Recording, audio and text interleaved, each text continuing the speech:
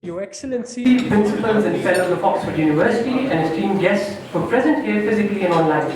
On behalf of the Oxford Pakistan program, it gives me great pleasure to welcome all of you to this introductory event. I would especially like to welcome the three current principals of Oxford University Colleges, Dr. Nick Brown, Professor Christian Gerard, and Sir Tim Hitchens. I would like to welcome all those who are here virtually. I would especially like to thank Elizabeth Kiss, Warden of the Rhodes House, Hamid Yaqub, Secretary Planning Government of Pakistan, Usman Wahid Saab, CEO of Feroz Sons, Rahat Konain Hassan, Chairperson of Competition Commission Pakistan, and the team of UK High Commissioner in Pakistan for gracing us with their presence online. The first of its kind, the Oxford Pakistan program hopes to further strengthen the academic relationship that Pakistan enjoys with the University of Oxford. Strategically, the OPP will also feed into existing university efforts for access, impact, engagement, and diversity.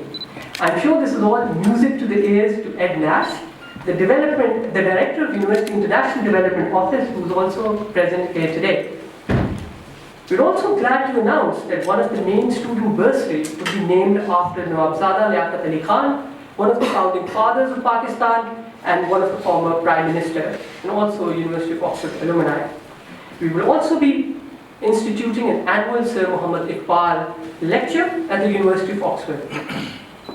This event is the culmination of months of work by the OPP team, and is especially enjoyable to meet for the first time many of you in person who have been fundamental to the development of OPP. I also extend my gratitude to His Excellency and his team for being such welcoming and accommodating hosts. We hope those of you that are here from Oxford can get a taste of some traditional Pakistani hospitality this evening. So, just a rundown of the event is divided into three sections. The first section includes the keynote speech by Syed Babar Ali, followed by an overview of our program and speeches by Oxford Fellows. The second section contains speeches by our donors, and the third section includes speeches by Malala Yousafzai, British High Commissioner to Pakistan, His Excellency Dr. Christian Turner, and His Excellency Mr. Muazzam Ahmed Khan. I would like to start this event by playing the keynote speech of one of the most impactful and inspirational Pakistani who has been a supporter of the OPP for over 2 years. He has established the Lahore University of Management Sciences, an institution which is synonymous for Oxford University of Pakistan. In the Pakistani circles, he is referred to as the modern-day Sir Syed Ahmed Khan. It gives me great pleasure to have a person of this stature lay the foundation stone of the program. He's a guiding star and a mentor for the OPP team. Without further ado, I would like all of you to join hands in welcoming Syed Babar Ali Saab.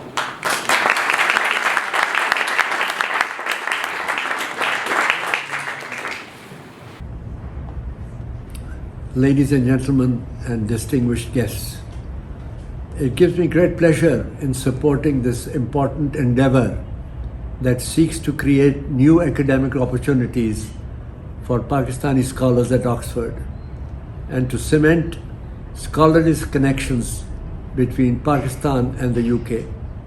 Both countries have historically enjoyed a close connection, but it is in the realm of education that our relationship is of utmost importance. While there have been some attempts in the past to mainstream Pakistan at Oxford, the Oxford Pakistan program is really the first serious attempt at consolidating Pakistan-related academic activities at the University of Oxford.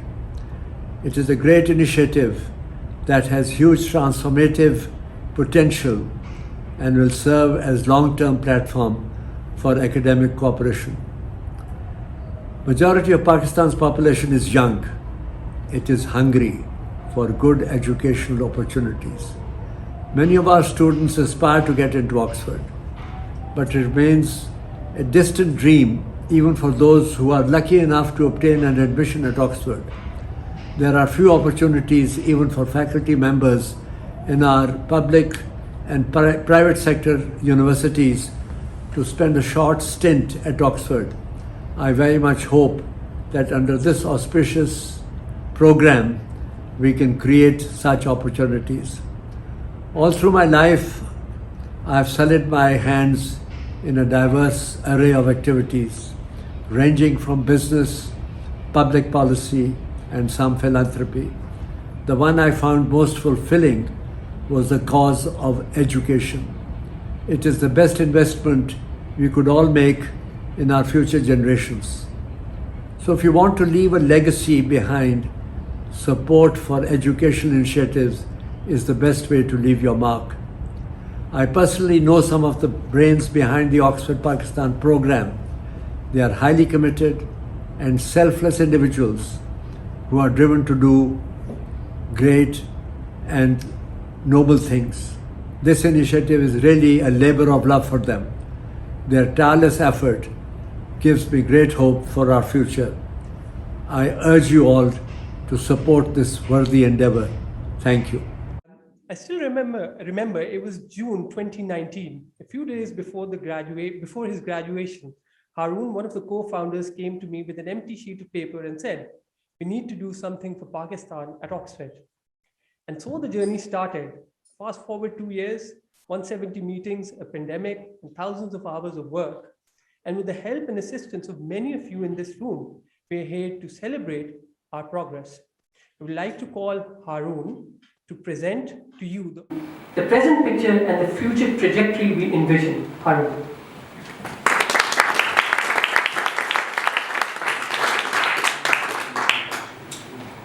Thank you very much, Bella. Ladies and gentlemen, distinguished guests, Your Excellency, Assalamu alaikum and good evening. I'd also like to thank you all for being here today. Those here in the Chancery Hall and those attending virtually, it really is a great honour to host you at this, an introduction to the Oxford Pakistan programme. The journey of the Oxford Pakistan programme was one which began 2 years ago as a series of discussions in the gardens of Linacre College and Lady Margaret Hall. And in those 2 years in which the OPP has continued to grow, and in which we have built a broad network of supporters and patrons, it has been incredibly exhilarating to see how momentum and energy for the OPP has gathered steam.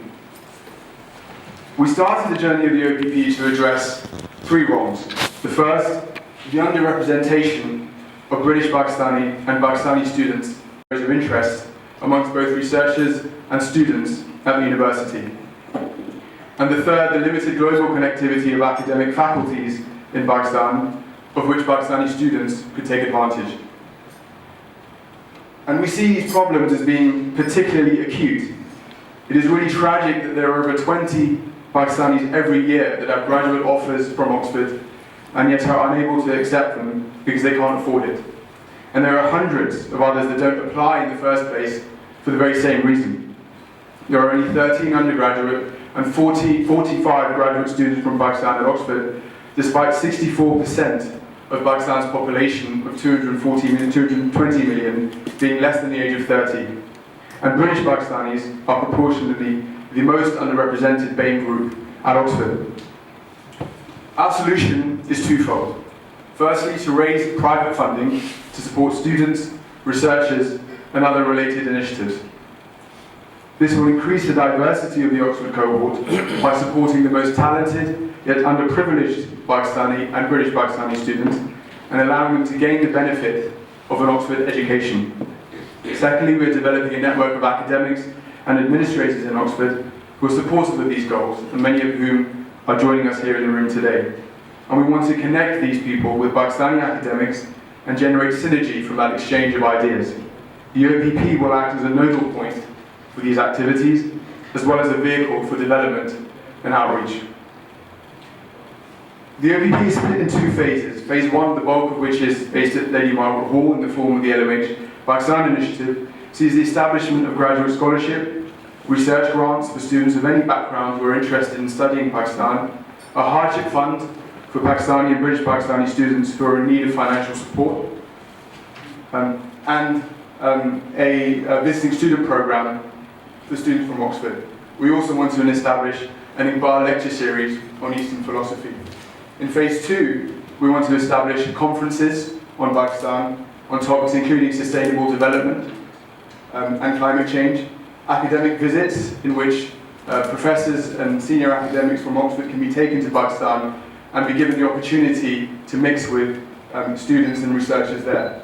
We also want to establish an Urdu lectureship, which will open up the Urdu language and the rich array of literature in South Asia through this provision in Oxford.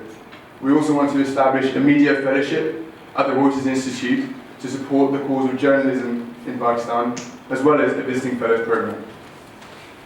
And the response so far on the development front has really been extraordinary. We've successfully managed to raise £500,000 of commitments for the next 5 years, which has almost entirely fulfilled phase 1 of the OPP. Our remaining target is £288,000, which will fulfill phase 2 of our activities, and we think through the fulfillment of both phase 1 and phase 2, we will succeed in creating an ecosystem of Pakistan-related activity at Oxford, which will be codependent and also in time become self-sufficient and establish a long-term platform for these activities. And the operational structure of the OPP, in our opinion, is something which is extremely efficient and attractive for donors. All funds are secured and ring-fenced within the University of Oxford. I'd like to emphasise there is no separate OPP fund or no separate OPP trust. All funds sit within the University of Oxford, and that ensures their integrity and ensures that they are used for their specific purpose. Our structure has no administrative cost, and as Oxford colleges are all registered UK charities, donors will be able to take advantage of gift aid and other relevant tax relief. Each initiative in itself is a bespoke initiative. It can be moulded to fit the individual donor. And in that way, we can introduce those parameters which may be relevant and which may be according to your requirements. And also each initiative is part of the wider OPP vision, part of the wider OPP network. And you're plugging in and acting as a foundation for that wider long-term platform. For us, for the OPP team, the OPP is really a labour of love. It's a passion project that we've been working on for the past 2 years. And it really is a matter of great excitement for us that you've all joined us here today in the Chancery Hall. And we can celebrate with you this milestone of £500,000 and this milestone of being able to look towards phase 2 of the OPP. I'd like to also recognise Mohammed Saqib, who has put in a lot of work for this evening, but unfortunately is unable to be here because of a personal emergency. I'd also like to thank Professor Adil Malik, who's been a constant source of wisdom and encouragement for us, although sometimes a pretty tough taskmaster. And I'd like to thank Dalla for his seemingly never-ending dynamism and energy, which has been foundational in us reaching this point. So thank you very much for being here today, and I hope you have a great evening, and we hope to work with many of you over the coming months in continuing to build the OPP into something which, at its root cause, is an investment in education, an investment in people, an investment in the most talented yet underprivileged amongst us, in whom we see our own development. Thank you. I still remember our first meeting with Alan Ruspitters, the editor of Prospect Magazine, former editor of The Guardian, and former principal of LMH. We went to see him at the National Theatre in London, where Haroon, Malala and I shared with him a very embryonic form of the OPP. The form and structure of the OPP today has much to do with Alan's input and consistent support. I would now like to invite Alan to say a few words.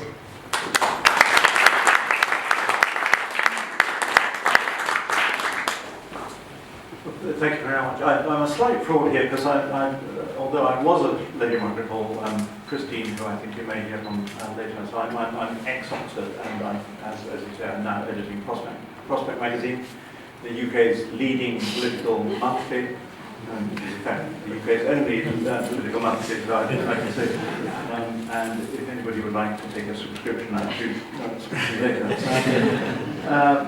But I rather envy Christine taking over from LMH and having this connection with this wonderful project, which I so profoundly support. Just on 3 grounds. The first is that Oxford has experts and expertise and centres for everything under the sun. And it slightly astonished me when you first came to see me that actually no one had thought of doing this before, of pulling together the initiative. And I was very pleased to support it because of NMH's history with Pakistan, Manali here, Benazir Bhutto in the past, and many others. So it seems to be a really important initiative to establish something in Oxford that really should have been there a long time ago. The second thing is just out of sheer admiration for what they've achieved. I have to admit that when these three first came to see me, I spoke to them in the certain knowledge that nothing would ever happen. Oxford has been there 800 years, and the reason it's been there 800 years is very, very difficult to get anything to change. And I thought this was a charming but naive thing that would soon filter away. I was happy to encourage them. And the sheer dedication and stamina and drive to get this done, culminating tonight in this launch event, is extraordinary. And they just haven't given up, and every time they've come back with more and more polished literature, refining the idea and polishing it and making it into something that is so credible and so substantial already.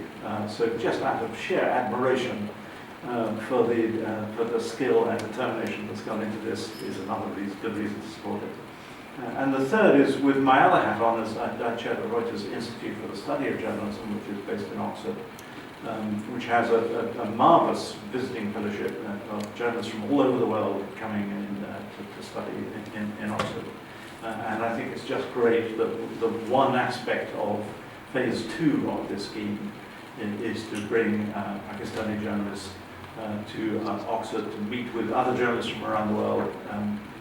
I'm sure you believe, like I do, that journalism is a glue without which societies can't properly function. It's tremendously threatened all over the world now, and giving journalists the opportunity to come and meet with the best in their profession and compare notes is such an important scheme. And so I'm really delighted that that is baked into this proposal too. So for those three reasons, I'm very happy and proud to support this. Please give it your support. And as I say, I'm really jealous that Christine is going to come into office at NMH, actually in about 4.5 hours technically. And as I say, do buy Prospect magazine.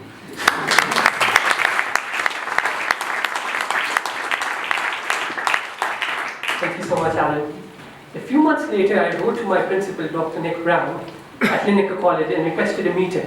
Both Nick and Dr. Jane Howard, the senior tutor, were very receptive and offered full support and guidance for the program. They played a key role in connecting us to the development office, where we have been working with Paddy Chatterton to set up a development strategy. Please help me in welcoming Nick to the podium so that he could share his thoughts about OPP.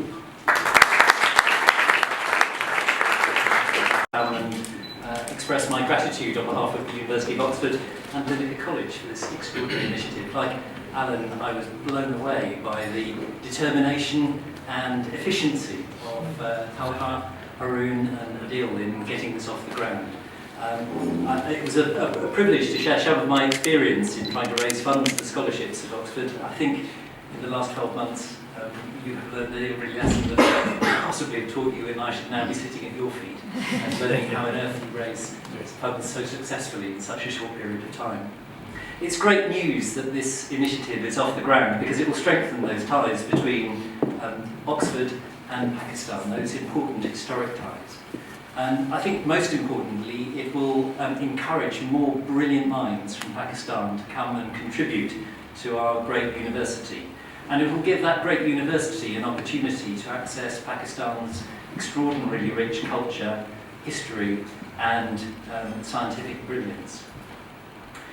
I often compare the University of Oxford to the International Space Station, because it really is a global facility, not a British facility. It's a facility in which the best minds from all over the world come together to discover knowledge for the benefit of humanity. And I think that analogy is perhaps even more apt in the concept of access, because there are now, with the advent of Blue Origin and Virgin Galaxy, opportunities for youngsters to dream about getting into space. And yet, for many young people, even the most brilliant, they would regard the chance of getting into Oxford as a ridiculous fantasy. It's only available to a very select few. Well, if we look at the situation in relation to Pakistan, I think Oxford has a lot of work to do. And we've seen some of the statistics already. I noted that actually if students at Oxford were present in the proportion that they're present in the global population, there would be 10 times more Pakistani PhD students at Oxford than there currently are. The major barrier to students coming to Oxford is scholarships, and I'm absolutely delighted that the Oxford Pakistan programme is tackling that particular problem.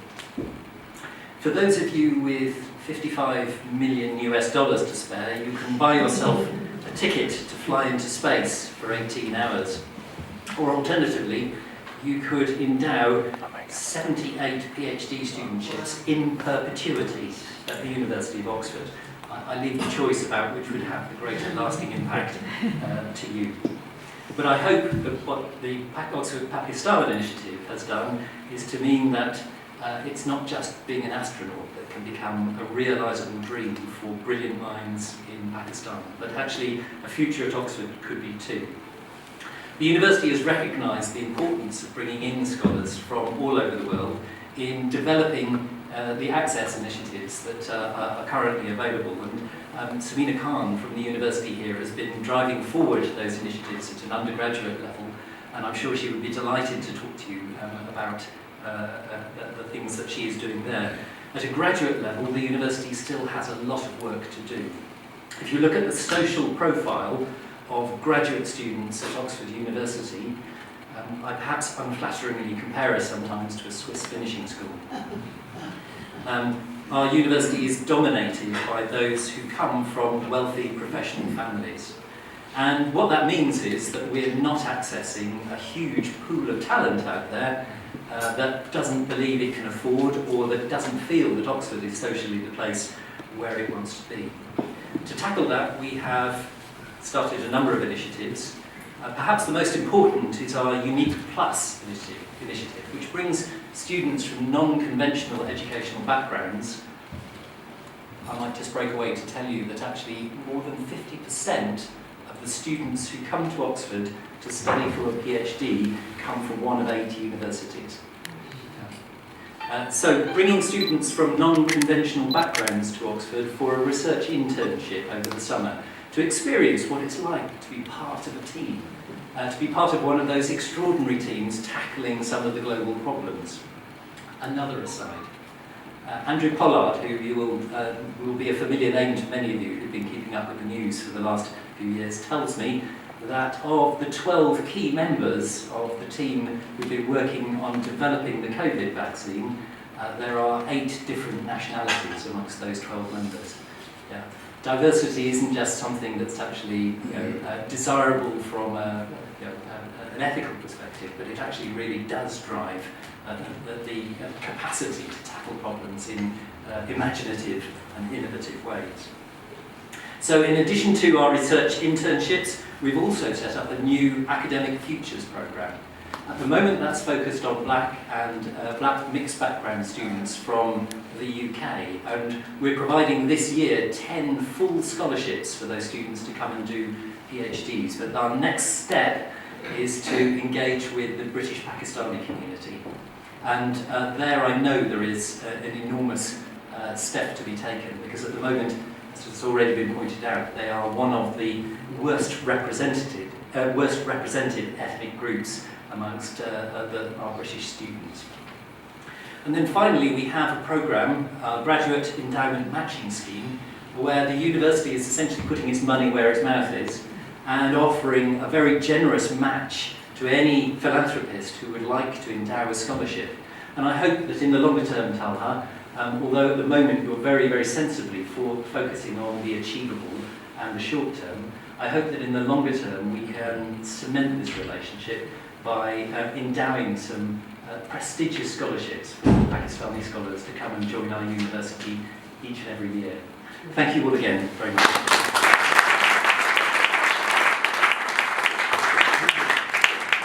Thank you so much, Nick. Yes, after 5 years, once we've done the 5-year fundraising, our plan is to endow everything in perpetuity.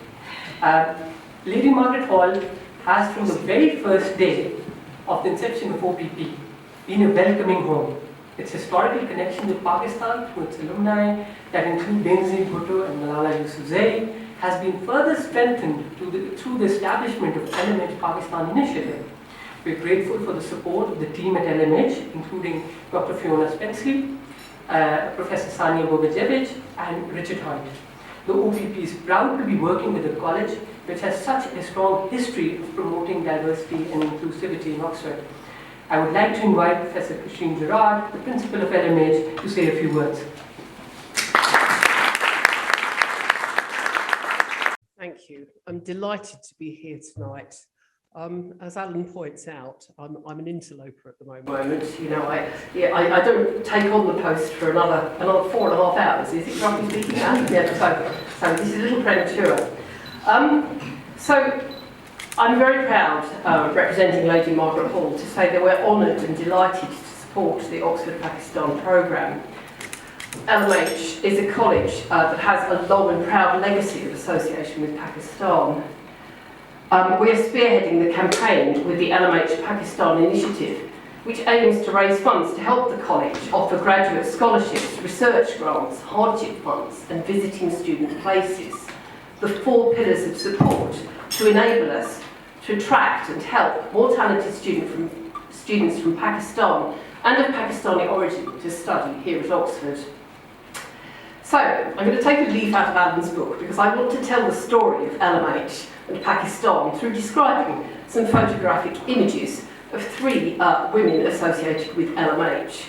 Benazir Bhutto, Malala Yousafzai and Anila Shah. The first 2 names will be familiar to you, the last will not.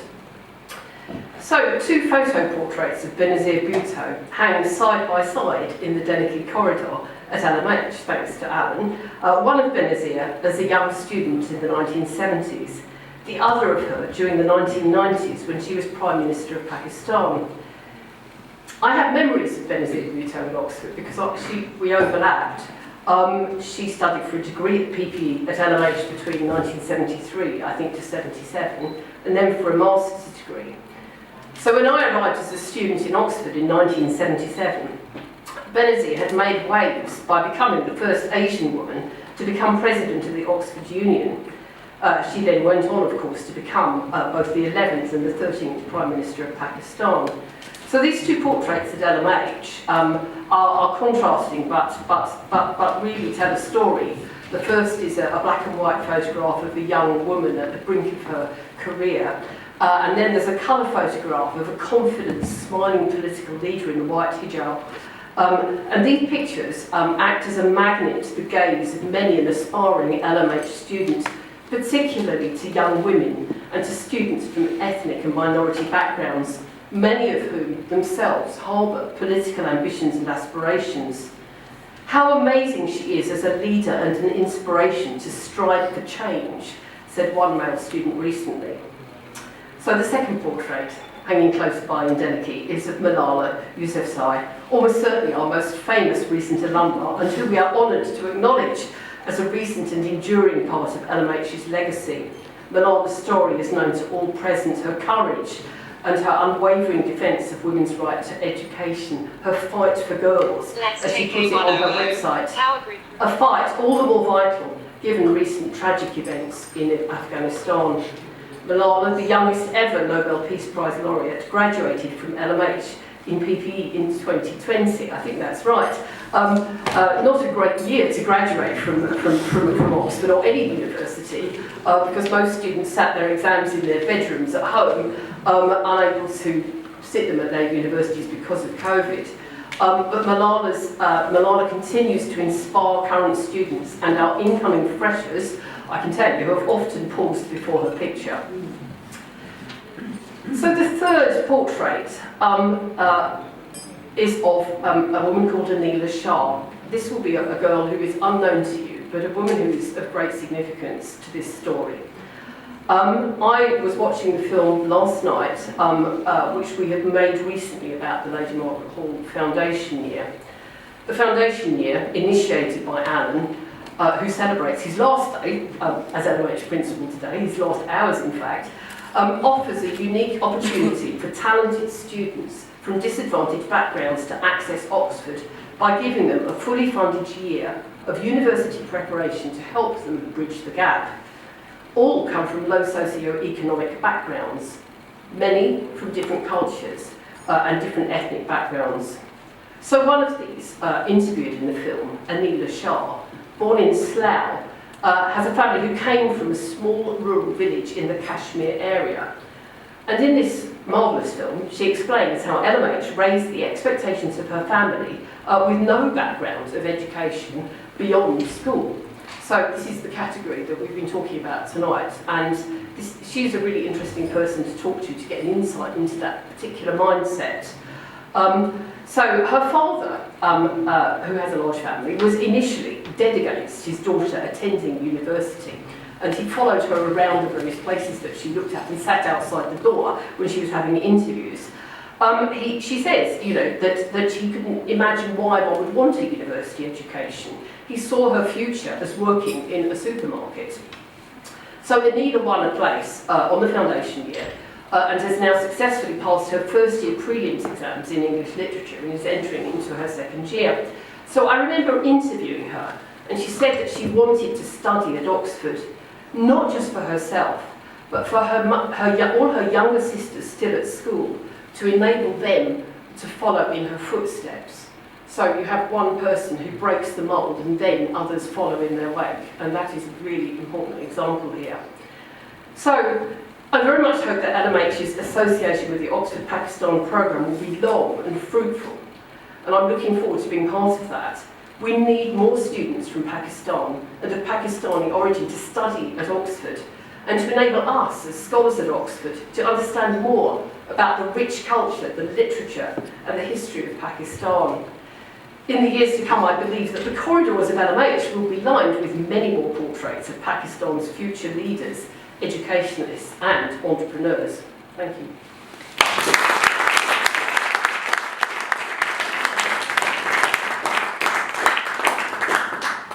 Thank you so much, Rasheen. What an inspiring story. Now I would like to introduce Professor Adil Malik, who is an Associate Professor in Development Economics at Oxford and a Globe Fellow in the Economies of Muslim Societies. He is the academic lead of the OPP and has played an integral part in shaping the program. From our first conversation with Professor Malik, he has always been generous with his time and energy. It has been a great privilege to have been able to work with and learn from such an extraordinary figure. Harun has already provided you an introduction to the OPP, and my task today is to supplement this by offering a few reflections on the broader vision for this program and the model that we wish to pursue. Let me start with the latter. The OPP has been conceived as an embryonic initiative. Our model is to harness support of a wider consortium of alumni and supporters through a series of small donations. As you know, Pakistan is a poor country. There are few potential donors who could donate millions of pounds, but there are many who could commit small sums on a consistent basis. And I'm a great believer in the power of small, because small and sincere efforts can unlock big doors. The OPP will pursue its objectives in a collaborative model. In Oxford, we've long appreciated the Aristotelian logic that the whole is bigger than the sum of its parts. This is precisely the spirit of OPP. Rather than reinventing the wheel, we wish to build on the great work already done by Wolfson College, the Asian Studies Centre at St. Anthony's, Lady Newton Trust, and Paul Flather is here with us today, the School of Global and Interdisciplinary Area Studies, and ongoing efforts at the Rhodes Trust under the leadership of Elizabeth Case to garner support for a second scholarship for Pakistan. Now, let me turn to the first question. Why do we need this initiative on Pakistan? Over the last 16 years that I've served as a faculty member at Oxford University, I've felt that Pakistan is often treated as the orphan child of South Asia. It is a lonely slot on a South Asia seminar series. It is a country that is still studied and represented through the narrow lens of security, radicalization, and militarism. Dominant curiosities on Pakistan pose formulaic questions on the role of Islam, partition, minorities, and the like. I do not wish to belittle the importance of any of these questions. But Pakistan is not just about these common imaginaries. It is also a country where some of the earliest debates on Islam and social justice took root, where an active institutional struggle is currently taking place over civil rights and the distribution of political and economic power. It is a country with a fast expanding middle class, where the tech ventures are drawing global investors, and where the struggle for democracy has been paid with blood. Pakistan is thus more than just a strategic call. It is an important laboratory for some of the most central questions in social sciences, humanities, and natural sciences. Pakistan is a good setting to examine the challenges of climate change, prospects for tax reforms, the place of religion in politics, solutions to the schooling crisis, and a host of other puzzles, the answers to which are relevant not just for Pakistan, but for the developing countries at large. On out-of-school children, Pakistan resembles Nigeria. In terms of its geopolitical significance and grand-tier political structures, it resembles the likes of Egypt and Jordan. And when it comes to the persistence of historic elites, it is akin to countries of Latin America. For this reason, my vision for the OPP is that it engages with regional studies in Oxford, but is not circumscribed by it. While a proud part of South Asia, Pakistan can be a portal through which some of the burning global issues ranging from social justice to climate change can be examined. In the last decade, a new generation of Pakistani scholars have begun to tackle these questions. Many of them, increasingly women, are taking up positions in Western academia, including Britain. In Pakistan, Lahore alone has become one of South Asia's most active research hubs on humanities and social sciences today. In short, the OPP will pitch for a bigger vision that starts with Pakistan but does not end on Pakistan. Diversity, as Nick Brown rightly mentioned, is not just about having a few more brown faces in the student body, in the academic faculty, and on the college high table. It is also about bringing to life rich and diverse intellectual perspectives from the margins of the developing world. It is in this regard that we are conceiving, at its early stage, a dedicated project on national sovereignty and development. This initiative will be named after Muhammad Ali Jauhar, who studied at Lincoln College at Oxford and was a famous journalist, collective mobilizer, and an ardent advocate of self-determination. Muhammad Ali Jauhar and his generation of leaders envisioned a world where poor countries could become the master of their own destiny. While many nations across the world became independent and were able to establish self-rule, this independence was often nominal, incomplete, and confiscated by an alliance of local ruling elites and their foreign patrons. Today, more than ever, we see the multiple manifestations of such loss of sovereignty. Developing countries often lack the freedom to decide who they can trade with, which countries they can connect their infrastructure with, which technologies they can acquire, and how can they access global finance. The geopolitical competition between the United States and China has only exacerbated these challenges. In this light, the Project on Sovereignty and Development will develop a program of research and academic activities that could help document and understand the multiple ways in which the economic, political, and cultural sovereignty of developing nations is constrained, and what are the consequences of this for economic development. Finally, some vote of thanks. This initiative would not have been possible without the time and sincere commitment of Harun Zaman and Talha Pirzada. Over the last 2 years, they've held hundreds of meetings across the university and with funders, often working on the weekends or in the evenings after Talha would finish his lab and Harun would finish his work at Travis Smith. They have been assisted in this effort by Benayat Saqib, who sadly could not join us due to a family emergency, and Mohsin Javed and Dr. Naeemullah Khan, who is also here with us. I therefore thank everyone for being here and welcome everyone to the High Commission, and thankful to the High Commissioner for hosting us.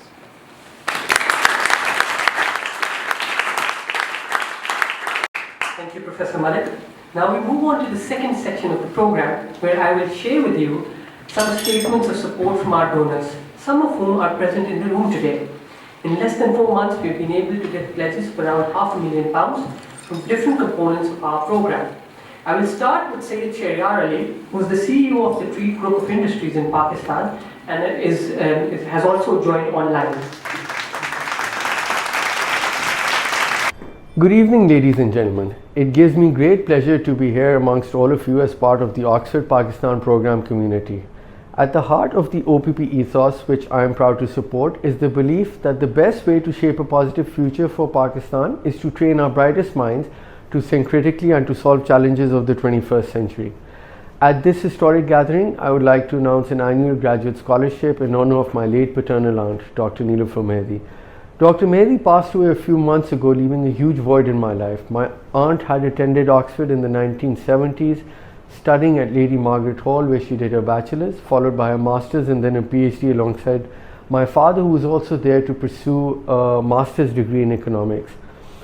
I was looking for ways to honor her legacy when my uncle Syed Babar Ali and my cousin Dr. Saleh Hassan connected me to the OPP team. Their commitment and genuine passion for the project was so persuasive that I agreed to set up a Nilofer Mehdi scholarship for graduate Pakistani students there at Oxford. I have first-hand witnessed the impact of an Oxford education creates in the minds of its alumni, many of whom go on to be pioneers and leaders in their respective fields. Through the establishment of this scholarship, my family and I pay tribute to my aunt, one such great personality. I hope that the Nilofer Mehdi Scholarship will not only enable bright individuals to capitalize on their potentials, but to also inculcate the importance of giving in them so that they can go on and play a vital role in uplifting Pakistan and those around them. Being a businessman myself, I would like to take this opportunity to tell the business community of Pakistan and the UK that if they want to invest for the future of their country, plant a seed here, and I guarantee it would have a long-lasting impact. Once again, I would like to thank the Oxford Pakistan program, especially Richard Hunt and Dr. Tala Pirzada for helping me plant this seed. Thank you for your time, and I hope you enjoy the rest of the evening. I would now like to play a speech by one of our earliest supporters, Ghani Dadaboy, who's the head of the Dadaboy Group of Industries and belongs from one of the key business families in Karachi. He's an alumni of Said Business School and is a strategic advisor for Pakistan business community.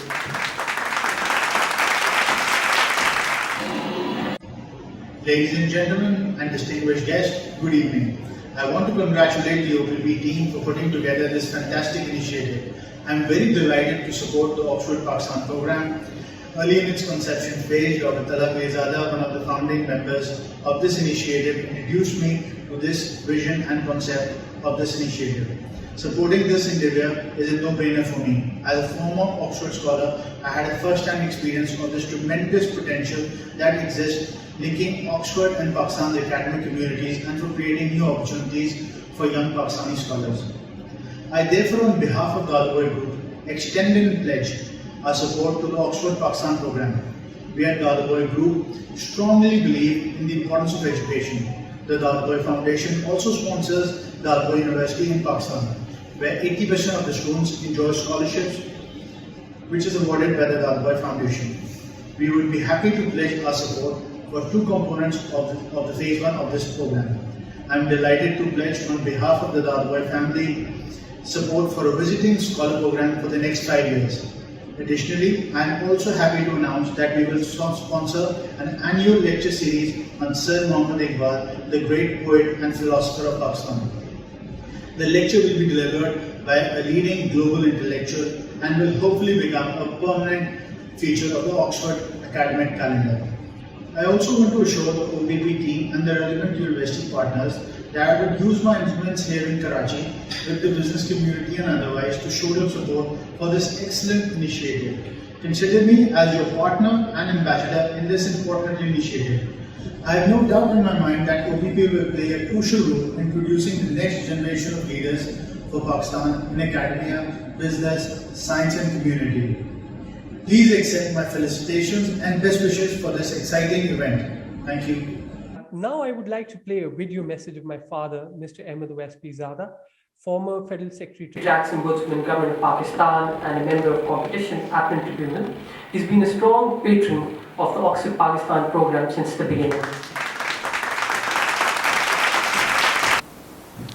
Excellency Muazzam Khan, High Commissioner of Pakistan, Principals and Fellows of Oxford, Ms. Malala Yousafzai, an asset and pride of Pakistan, ladies and gentlemen, good evening.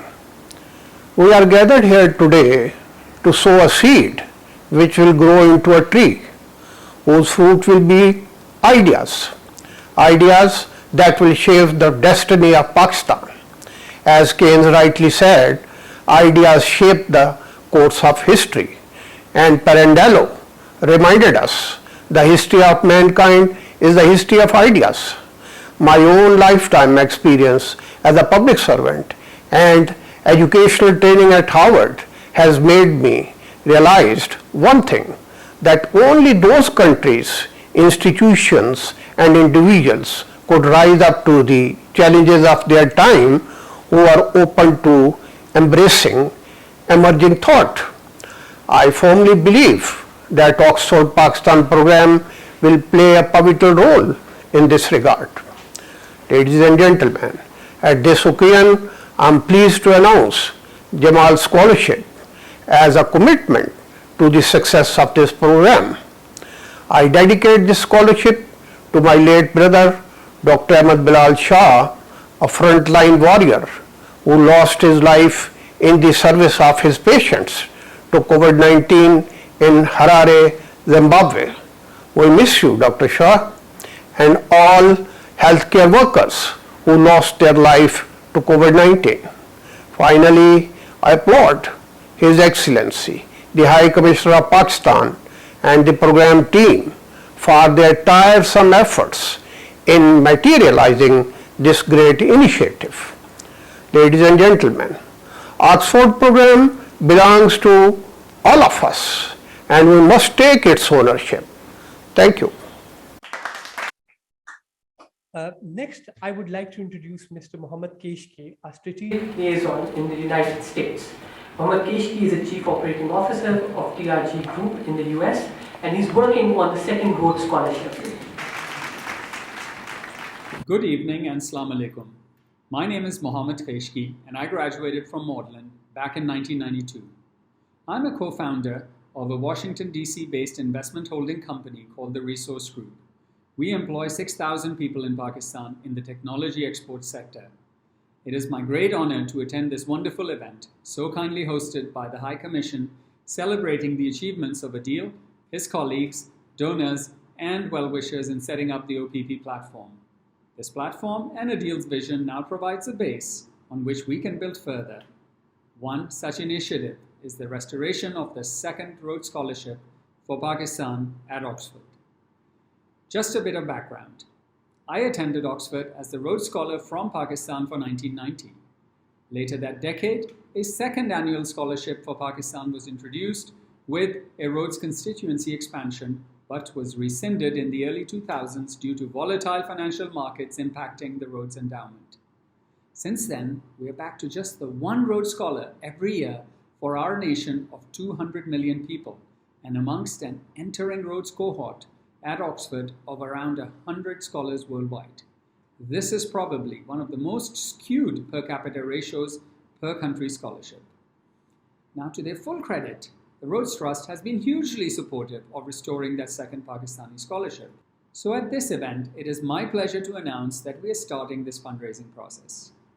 There are several Pakistani Oxonians and Rhodes alumni that are leading and participating in this effort, and we will look to your support to supplement our work. We will be working closely with OPP.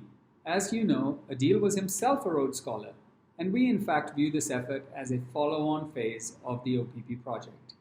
We will provide more details in the next few weeks. Once again, thank you for your time, and my congratulations to the entire OPP team for deepening the engagement between Pakistan and Oxford.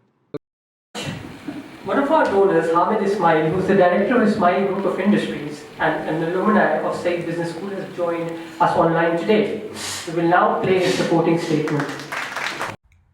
Ladies and gentlemen, distinguished guests, it gives me a great pleasure to support this important program that is aimed at mainstreaming Pakistan in a major global center of learning.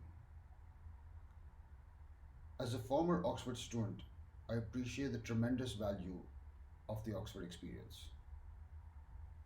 Pakistan's business community, its middle classes, and its growingly educated young population are all keen to engage with their partners in the United Kingdom.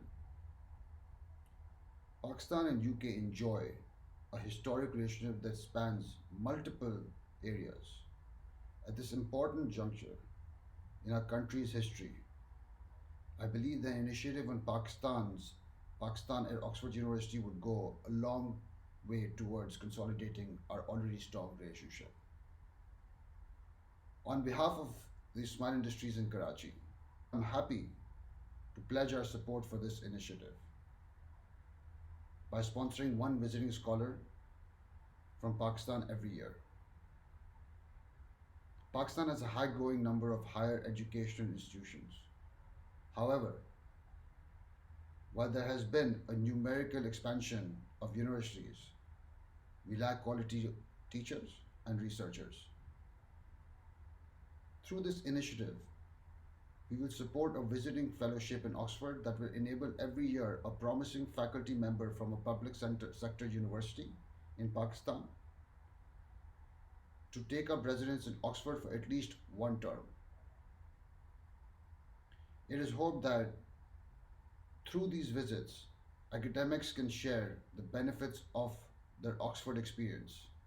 I want to congratulate the organizers of OPP, the University of Oxford, and the Pakistan High Commission in London for supporting this important initiative. I'm delighted and honored to be a part of this historic effort. I wish you great success. One of our donors who is present here in the hall today, Dr. Tariq Zaman, father of Harun Zaman. Dr. Zaman has kindly agreed to set up a scholarship for graduate students, and we're incredibly grateful for his support and patronage.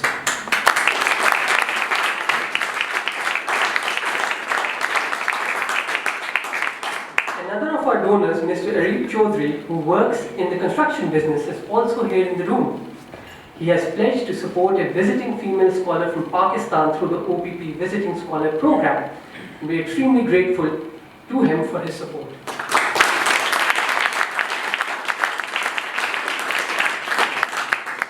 We're pleased to inform that Mr. Sarwar Khwaja, the head of Oxford Business College, who is with us online, has pledged support for setting up a graduate scholarship through the Oxford Pakistan program. Please join me in thanking him for his generosity.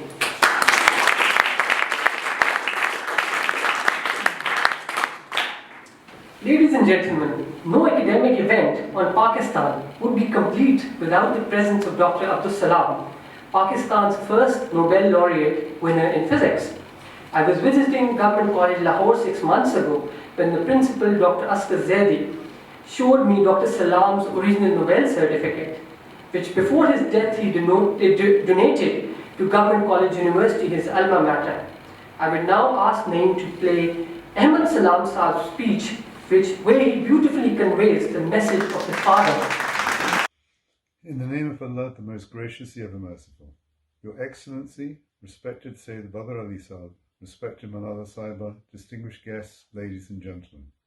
I am joining you tonight from my father's room, and it is an honour to be asked to say a few words at tonight's most auspicious event.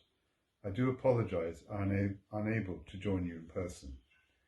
As you know, my father, the late Professor Abdus Salam, was a most vocal and determined advocate for education, specifically science and technology, across the developing world, but especially in his beloved country of Pakistan. He fought prejudice and ignorance to try to raise the standard of education across Pakistan. I have read most of his papers and speeches going back to 1961, when he addressed the All Pakistan Science Conference in Dhaka, and pleaded for the basic development of science in Pakistan.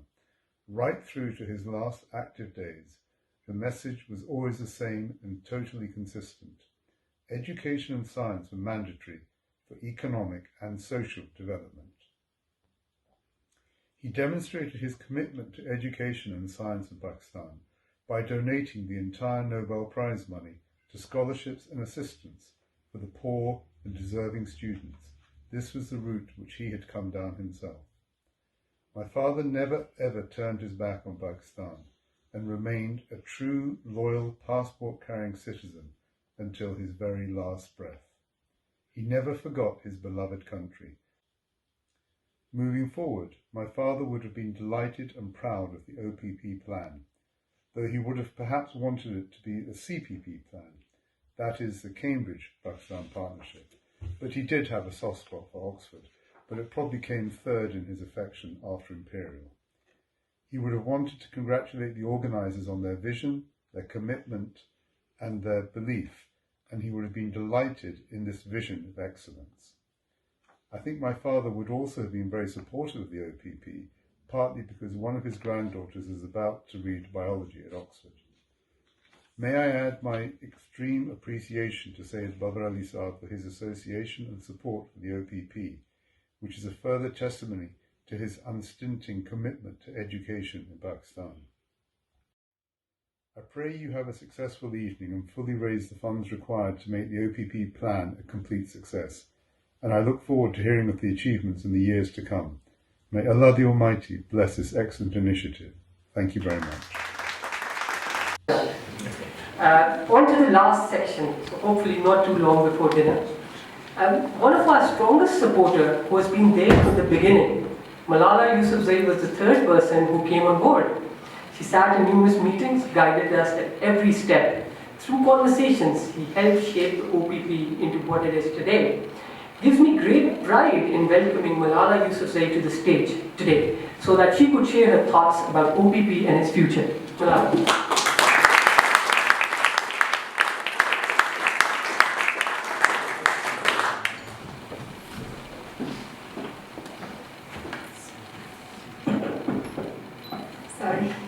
Hope you all can see me.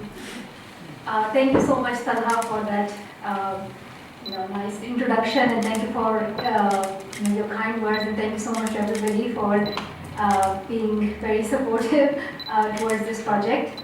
I am very honored and very happy to be able to support this program, the Oxford Pakistan program, and I still remember that time when Haroon, Talha and I met in one of the beautiful LMH gardens, and Talha and Haroon had this idea for a while. Haroon, he has been leading it, and he had this vision, he had passion for it, and when I heard about it for the first time, my response was clear, that it is possible, we can make it happen, and I expressed my commitment towards supporting it, but I also wanted to ensure that this is a project which helps us to reach to the most marginalized and deprived communities. It helps us to reach out to young women, especially those from the rural areas and in the deprived areas and provinces of Pakistan. Haroon and Talha expressed support for that, and they were passionate about the same causes, and so we were all on the same page. Since then, I have been in touch with them and I've been supporting this. I had the easiest job in this committee and in this team because I was giving advice and guidance, which is one of the easiest things to do. And the hardest thing to do is actually make it happen, which Talha, Haroon and Aril and everybody else who's been part of it have been doing, and our dear friend Manahil as well. So, I'm also very happy that LMH was very kind to offer their time to us and were listening. They listened to this proposal, and we were very grateful that Alan welcomed our idea. And since it has been a while for to make this idea actually come into action, and And it has been a great learning experience for us, and it has helped us to learn, how much potential is there at the university level to make sure that it is accessible for everyone. You all know my story and how passionate I am about education, and my story has been heard many, many times. And this is the story of not just one girl called Malala, but this is the story of millions of girls, 130 million girls who do not have access to education around the world. And there are millions of those girls in Pakistan as well who do not get the opportunity to be able to school, to be able to go to school. But many of those who do go to school do not get the opportunity then to do their further studies. It could be because of social norms, but also due to financial reasons. They are often not able to afford their education. So I'm really honored that we now have the opportunity to support the scholarships of young women from Pakistan, and I'm very honored to announce that I will be supporting one graduate scholarship every year for the next 5 years.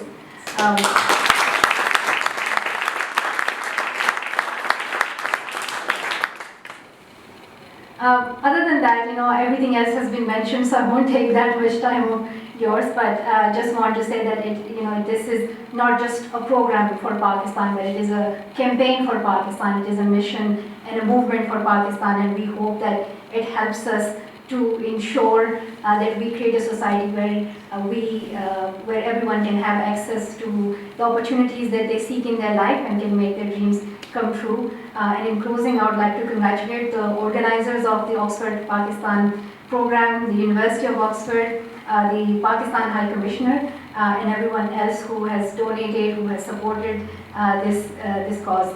So thank you so much once again. Thank you for listening.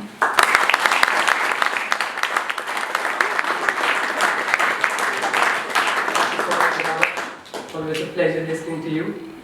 I would now like to play the speech of His Excellency Dr. Christian Turner, the British High Commissioner of Pakistan, who was unable to attend today, but he managed to send his speech today. Assalamu alaikum.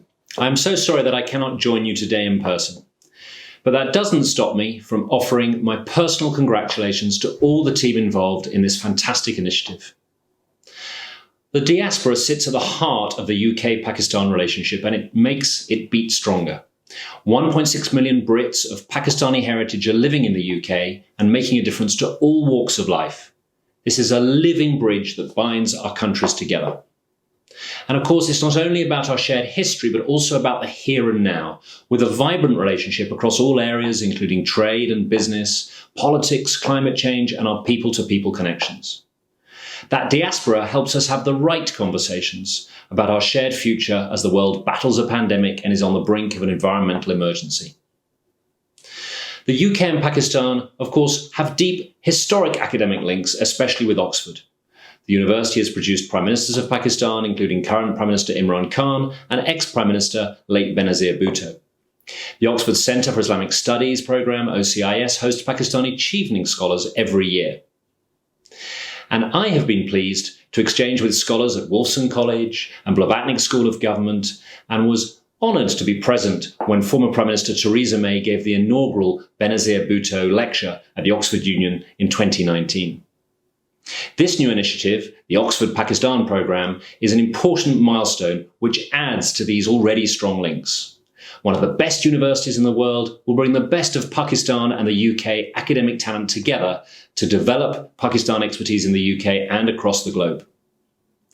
I'm also personally passionate, as you know, about ensuring that we do all to do our part to challenge perceptions of Pakistan. This programme will do just that by generating debates on topics which matter to both countries and develop an understanding of what Pakistan is like in 2021 with high ambitions on climate change and being open for business. And finally, the programme is also a way to show what is possible if one has access to education. The UK is championing education for all, including girls. Our development programme here in Pakistan has enabled millions of children to get the education they deserve. I hope that through this programme, you will be able to model what is possible, because as Malala has said, one child, one teacher, one book, and one pen can change the world. So in conclusion, I'd like to congratulate everybody involved in the successful launch of the Oxford Pakistan programme.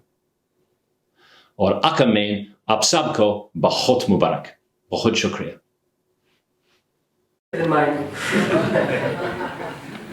The High Commission has played a vital role in turning this program into a reality. His Excellency has been one of the strongest supporters of this program. In our first meeting with His Excellency, Mr. Muazzam Khan, we have found him to be focused on uplifting both the Pakistani diaspora in the UK and also increasing access of Pakistani scholars to the UK. We have found the doors of the High Commission always open for us. Please join me in welcoming the High Commissioner on stage so that he could share his thoughts. Thank you.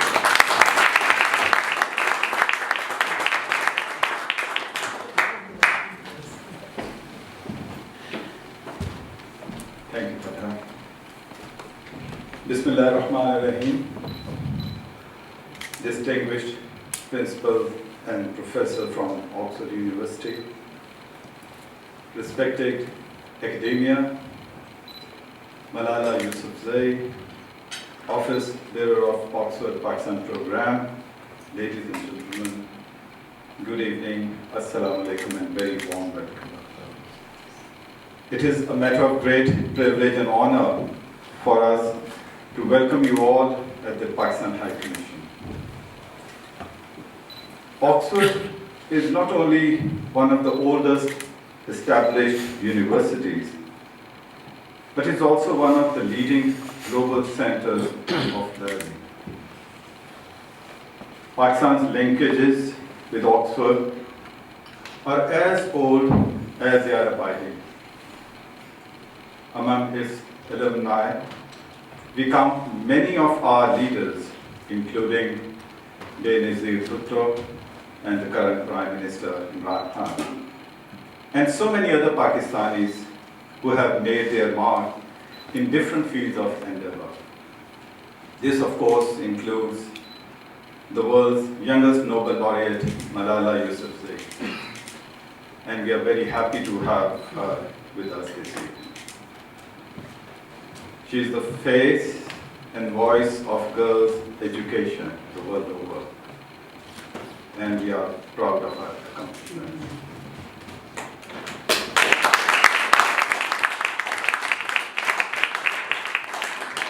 Ladies and gentlemen, when a few months back, Professor Adid and his team approached us with the concept of getting together a structured program to assist and support Pakistani students and to advance and foster academic linkages with Oxford University, I thought this was the most worthwhile initiative. It is worthwhile because among Pakistanis, there is no dearth of talent and intelligence. Many among our top performing students have a genuine thirst for knowledge and a deep desire and motivation to move forward. It is worthwhile because many are not able to achieve this ambition for want of resources or lack of proper guidance. The Oxford Pakistan program, I'm quite confident, will help us address these challenges, and in doing so, help cement an academic relationship that is older perhaps than Pakistan itself. I'm particularly pleased to note that in addition to the hardship fund, the research grant and the scholarships in phase 1 of the program will feature a lecture series on Eastern philosophy. At a time of intellectual ferment, at a time when social media caricatures shape and drive perception, and clash and conflict among civilization are deemed inevitable, it is important to build bridges of understanding, to ask questions and seek answers. In other words, to prioritize in-depth and rigorous research and inquiry. The lecture series on Eastern philosophy can be a most helpful endeavor. The High Commission, on its part, is very happy to partner in this noble undertaking and do whatever is possible within our means to support it. I'm confident that under Oxford University's high standards of scrutiny and merit, the program will be able to identify and assist deserving students. Ladies and gentlemen, next year, as Pakistan and United Kingdom celebrate jointly 75 years of diplomatic relations, this program will also serve to remind us of just how deep and abiding the linkages between our two countries and people run. My wish is to see this program run successfully and achieve the objective of fostering academic linkages. My wish is to see more and more Pakistani students break more and more barriers and actualize more and more of their potential. And in doing so, enrich both the British and Pakistani societies. Once again, on behalf of the High Commission, I offer the program my complete support and wish it every success. Thank you so much.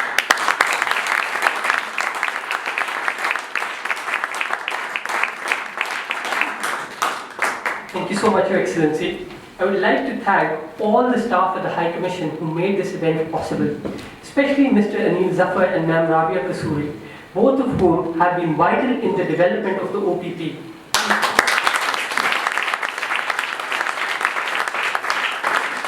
They helped us in ways we couldn't imagine, and any success we have until today would have not been achieved without their hard work and support.